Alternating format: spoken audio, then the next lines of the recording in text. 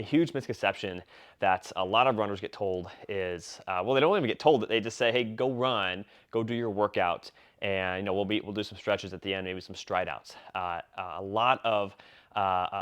not a lot of teaching of running form and proper running form. So the purpose of this video is we're going to dive into some drills that I do myself and I prescribe my patients on how to improve running form, right? How can we improve this?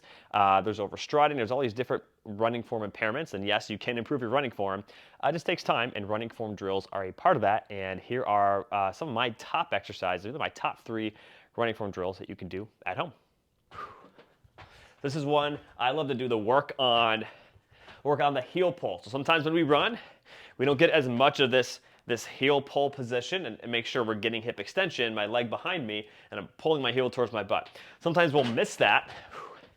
And as our leg swings through, instead of getting its higher heel pull position and landing close to our center of mass, we'll just kick our leg out and we tend to overstride. So to work on this, one foot goes on a bench, could be a box, a soft box, or even a hard box, as long as you have some shoes on. And what I love to do is just start bouncing, single leg hop, and then add that heel pull. Make sure your core is engaged. We don't want a floppy back. Core is engaged. Pull the ribs down a little bit. Keep a neutral spine. And I'm a little bit too close to this. So I also love the thing as I'm pulling this heel up, I have a little bit of engagement in this hamstring too as I'm pulling this heel down into the bench. So again, it looks like this. Get a little slower, just do these singles. And eventually, want to see, can you do these repeated really bouncy heel pulls using a bench or a box. So number 2 is the Wal Drill. I'm a big fan of this exercise. It teaches you to have a proper forwards fall position when you run. If you try to stand up perfectly straight, you're gonna have a hard time. So if you're trying to run, put this clip back on. You try and do one of these where you almost like lean back. It's really hard to run. You have to have a level of forwards fall. So what we could do is hands on the wall. We can use my fists because I just don't want to get this wall too dirty. Hands on the wall, and we just want to be far enough away to where if I let go, I'm going to face plant. So this is perfect. We don't want to be out here. We could do this if we were sprint training, but we don't need that. We just need to be just far enough away where I let go. I'm going to face plant a little bit and go a little farther back. I'm going to pull one heel up like this. Again, it's not a knee drive. As if you're sprinting, we could do this. We want to pull it more just like our heel underneath our glutes. And we're going to switch. And we're going to switch. These are single switches. Great place to start. And I almost think, as I'm pulling here, I'm using my hamstrings, right? This to pull up. But also, I give a little bit of I'm pushing into, I'm jumping, I'm hopping.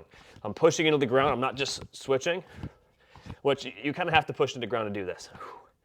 So as I'm switching, I am getting myself a little bit of a bounce here. And this is teaching you, A, the heel pull, but B, having this, doing this while you're in this forward-leaning, forwards-falling position. Again, when we run, we have to have this level of forwards fall. If you don't, we call this sitting on the back seat. We call it the glute amnesiac. You're not using your butt very much. So when we do this, have a little bit of a core engagement, right?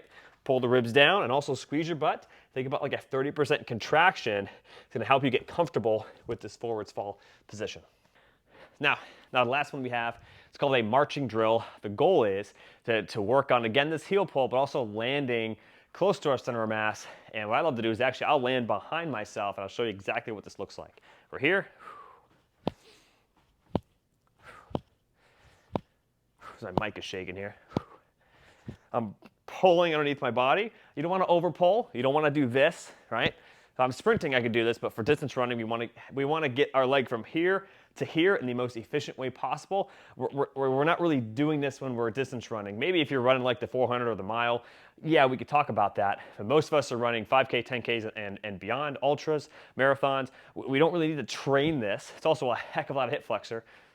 We can go down that road if we want to, but I'd rather say, hey, let's work on the efficiency. I like to hit the ground behind me and pull up. You can do this, that's fine. I'm a much bigger fan of push off, pull, push off, pull, push off, pull. We can start to move forwards with this as well. But these are 3 you can immediately start to do to work on your running form. Give them a shot.